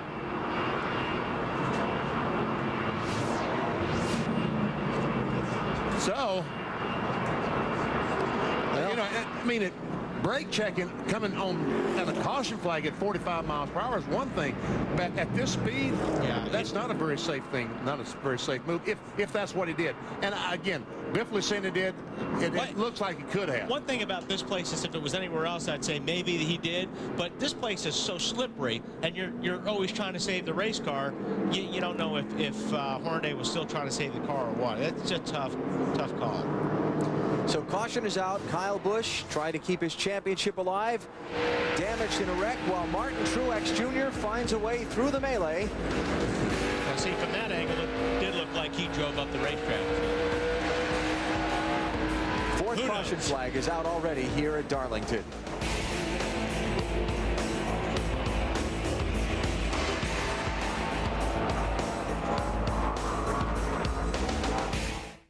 Now has tires. Ashton Lewis has tires. Oh, that's what happens when you're on old tires and you restart.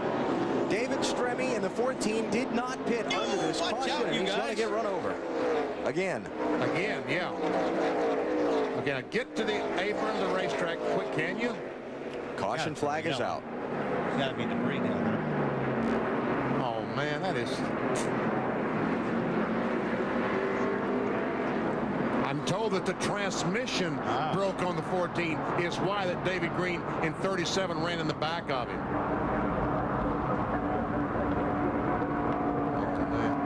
What a mess. Well, that'll do it. Transmission. Take a look here. The helicopter. Yeah, about the time he goes to shift, it just stops going, stops pulling.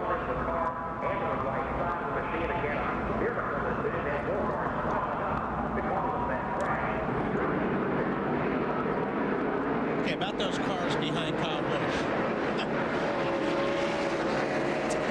Well, those cars now have 4 fresh tires right behind Kyle Busch. Yeah.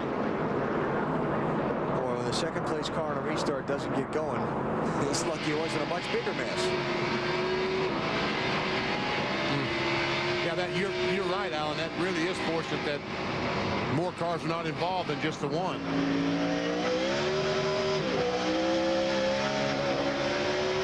The rear wheels off the ground.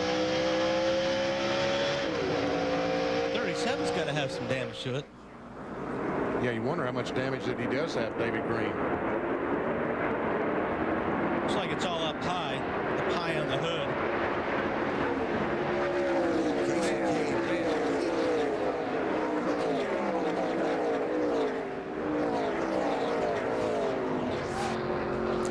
So Stremme in with damage, and let's check with Marty. Lunch. He's 3 or 4 laps down. Well, the only chance he's got right now to get back on the tell you what, he's going to wreck it. He's going to wreck it. Oh, he did. Yeah, there it goes. That's what happens when you stay out too long on tire.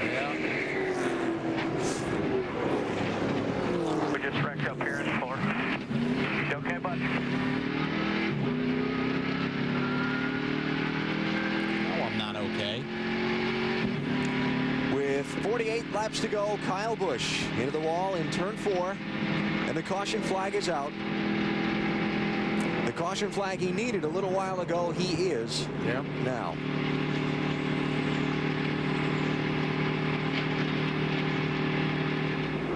Marty? Tell me where to go. Come all the way down pit road to you or what? BP, that's Kyle Busch on the radio. And he's talking to Lance Bergou. They're going to bring it behind the wall for the 5 team. This may be the death knell in the coffin for losing the Busch Series Championship this year. They're going to take it behind the wall. A lot of rear end damage for the 5 car, as you can tell. It's going to take a while to fix that. And they are going to wind up losing a bunch of points today. So I guess those 2 or 3 laps he was going to lose changing tires was not a big deal. Now you look at it now, that's what I'm saying. It's easy. This is a racetrack, you know, when you're off your tires, it is like racing on ice here. And I know you sit there and try to make the right calls from the pit, but from that seat right there, you can only go so far and you can only hang on for so long. Well, see, the NASCAR Busch Series, the problem is that they restrict the amount of tires that you can use. In NASCAR Next Cup, they don't have that restriction. Obviously, 16, 15 laps on his tires, he would have pitted if it's NASCAR Next Cup, but here they limit the amount of tires. 46 to go. Could be final pit stops in this race. Matt? McMurray was complaining about a loose car on the first pit stop. They made an air pressure adjustment. Now the car is getting tight on entry. Going to make another air pressure adjustment to fix that for the guy who won last week at Phoenix, Dave. Ashton Lewis running second in the middle of your screen there. They're going to make a chassis adjustment for that car. He was a little bit too loose. That is the track bar adjustment they talked about. Marty? Dave, Johnny Sauter's been having a terrific run. Bottom of your screen, you see we have got to get this rear end hooked up. It is wicked loose at the end of the run. They're going to make a wedge and an air pressure adjustment for the 2017, and they're going to try to get this car tightened up for Sauter at the end of the run. Car just way too loose for Johnny to hang on to, and that is when he starts losing time to the leaders. Pit stop going on right now, 17-2 on the stop. He's going to lose a couple of spots as he exits pit road. Jamie McMurray doesn't lose anything exiting pit road, though. He hangs on to the lead on this set of stops. Kyle Busch in trouble here at Darlington. After contact earlier in the race, got him off sequence with the rest of the leaders. He's into the wall in turn 4 with 48 laps to go. Perhaps seeing his championship dream closed out right here.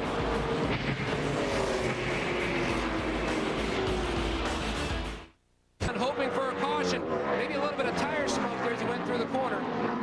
And he's going to get that yellow. Todd Bodine, not yet. No caution yet.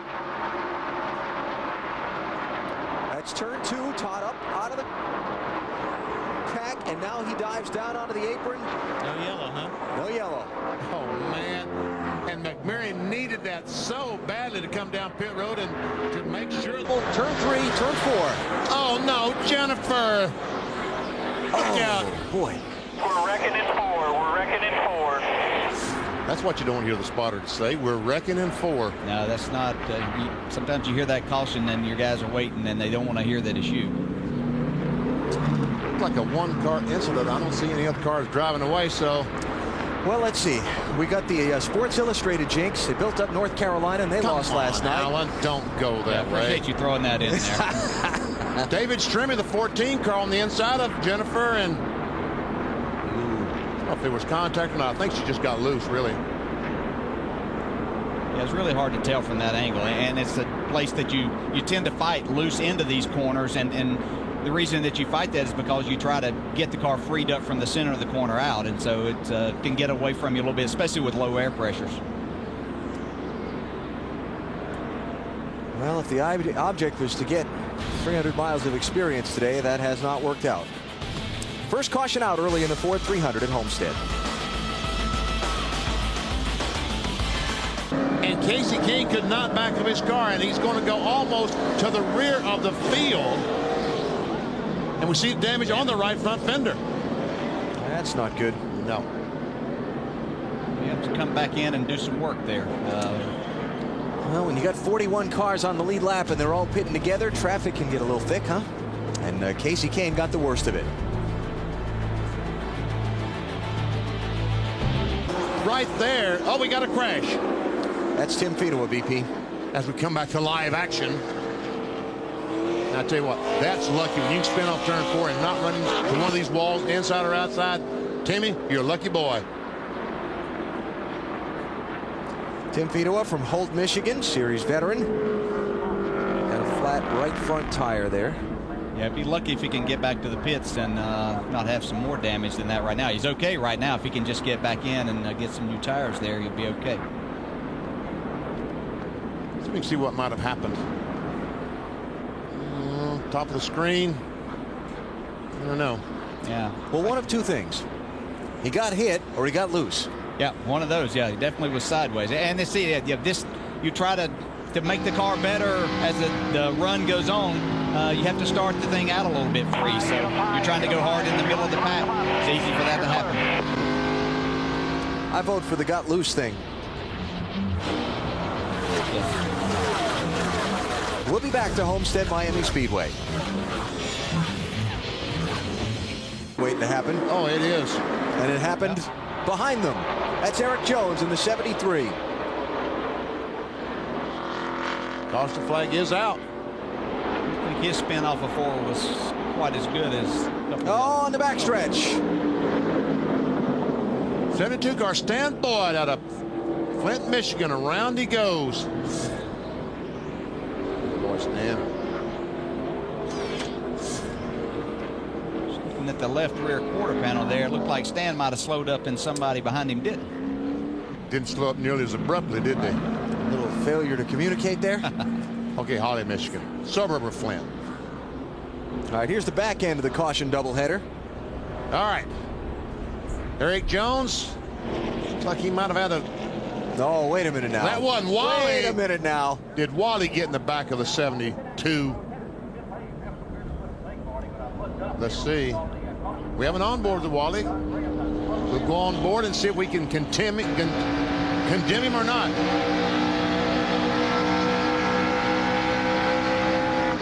I saw the caution light on the fence, came by. Yeah. A little bit late with caution is out. Oops. All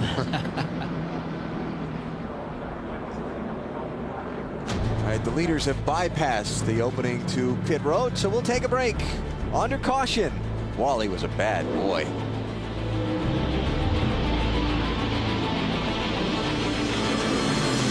And as a driver, oh, trouble. Turn 1. 2 cars into the wall. It's Johnny Sauter and Clint Boyer. And it may not be over yet.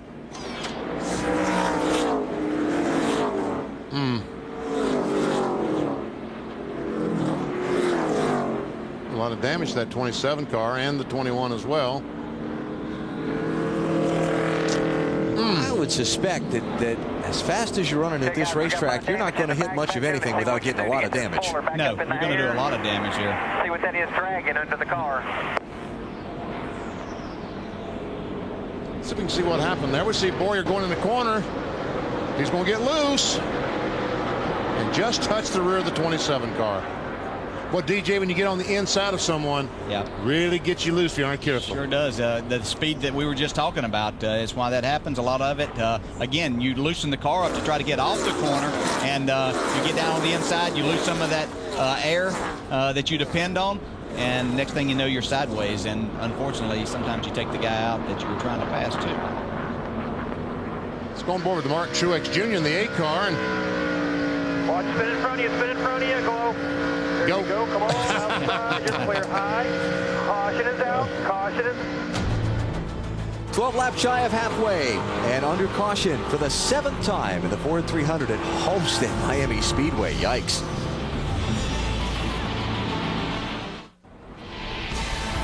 NBC's coverage of the NASCAR Ford 300 is brought to you by Reese's Peanut Butter Cups. Life's good between Reese's Cups.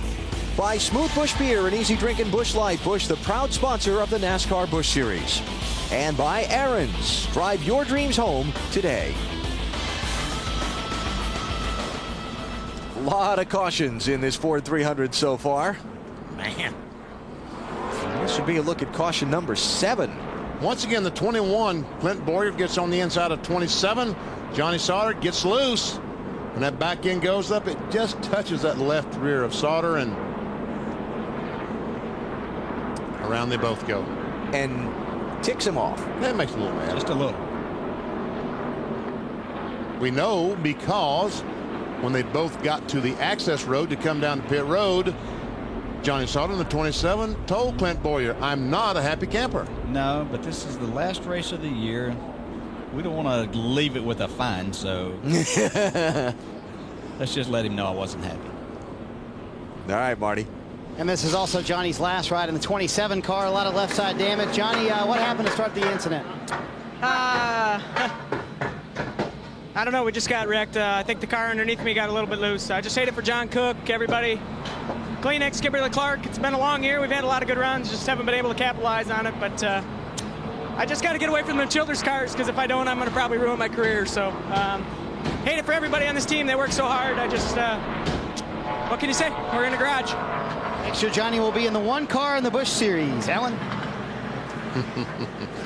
He tried so hard not to say that. He tried so hard. Oh, he was working at it. A lot of work to do on Johnny Sauter's car in the garage, and they're cleaning up the racetrack here in Homestead.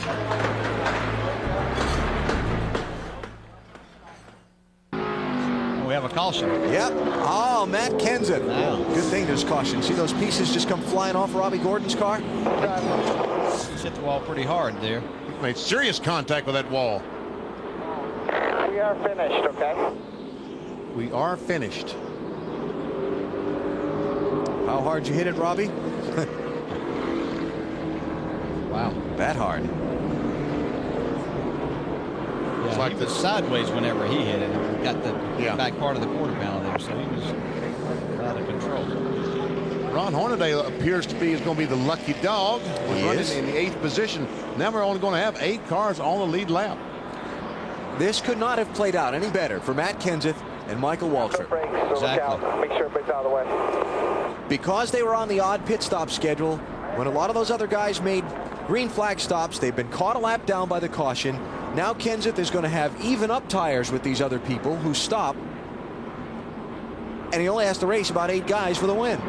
You ever see the 55 car up against the wall? Don't know what might have caused him to get loose getting in the corner. Yeah, definitely was on the entrance of the corner. But that's what you talked about. That is the problem here, getting loose. Oh, yeah, we have a caution in turn 2. That is Brent Sherman.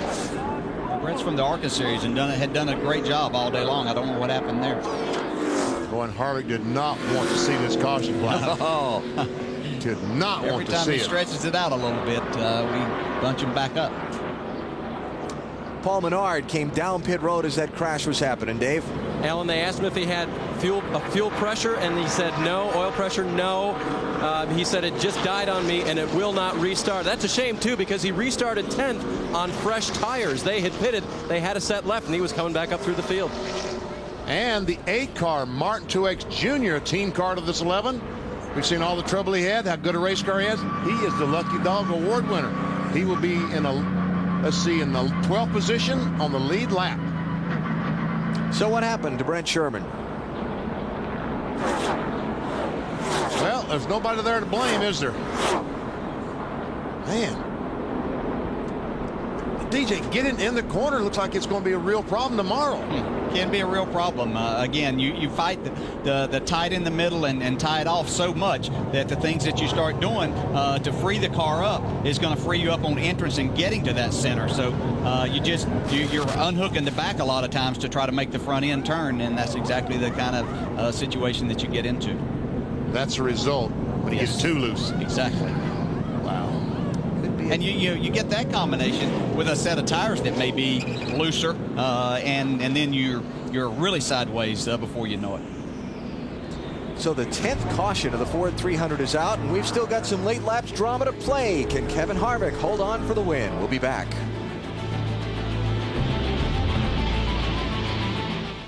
And got one on the wall. Caution flag is out. Shane Meal. Yellow flag 11 for the then 11th place car. DJ, I'm seeing a pattern here. Getting in the corner. Yeah. Man, oh man. So normally when you sit down and you watch these NASCAR Busch Series races, I assume in your motor coach or whatever, you're watching for patterns like this and trends you can pick up that you might store away in your mind for Sunday? Yeah, what I try to watch as much as anything, of course, Mike Ford will be watching also, and he'll look at more of the pit strategies and the tire strategies. Myself, I'm looking more at the situation as to where guys are having problems and where guys are able to pass and not pass. And this type of situation is exactly what I'm looking at, which we've seen a lot. Once again, getting into the corner. Looks like he's by himself. Just get down the corner, and he's got it so loose to get off the corner. Around it goes. Yeah, and you know, it's late in the race. He's trying to make as much time as he possibly can. Let's see him enter.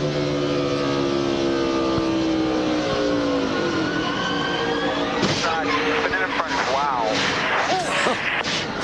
Caution's out, caution's out. On board with Mark Truex. That looks like just a loose race car. Yeah. You know, it just followed in, and the 8 wasn't right on his bumper, but it's probably close enough that it took a little bit more of that air away from Shane's car. And again, they've got it freed up here for the end of the race and trying to make it go as fast as they possibly can. Let's see if just a moment ago I talked about the 5 car. If he didn't hit the wall, he secured it. He touched it, just ever so gently touched it. I always happened to be watching that at the time, and Reed Sorensen, and they've changed the way he's had to drive just a little bit. We got a crash off turn 4. Mike Bliss, caution's out. Oh no! Overtime coming up. Green, white checker finish coming up. I'm seeing more now why these things happen, because you sit up here and talk about this stuff's going to happen. Dale, I just talk about things based on my experience watching you guys race for so many years. Yeah. Sometimes you could just see things coming. Yep. So Mike Bliss's time driving for Joe Gibbs will come to an end in a way he did not care for. Talk with Mike on Friday. Doesn't know what he's doing for next year. Yeah, drive with a lot of talent. Looks like he got a little help right here. Boy, did he ever. He did. It's Tim Feederwood at 12. Who got spun out earlier in the race, or spun out earlier in the race. On board with Greg Biffle, and you'll see him go by the spinning car of Mike Bliss.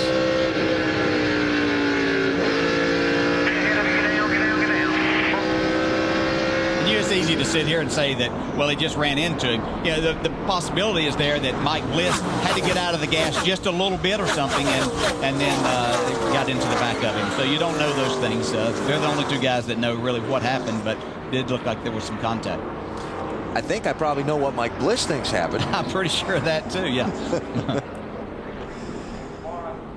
So 12th caution out. Hey YouTube, thanks for watching. If you're interested in more content like this, check out our back catalog of videos. We have hours and hours and hours of compilation videos, podcasts where you'll get news, you'll get my opinion on certain things, which who doesn't want to hear that. Check it out. If you would, like, subscribe, turn on notifications so you don't miss any of our future uploads. We will be making more videos like this one. So, if you're interested, turn on notifications, like, subscribe, the works. And I appreciate it. You guys are awesome. Thank you so much for watching. God bless. Love you. Peace.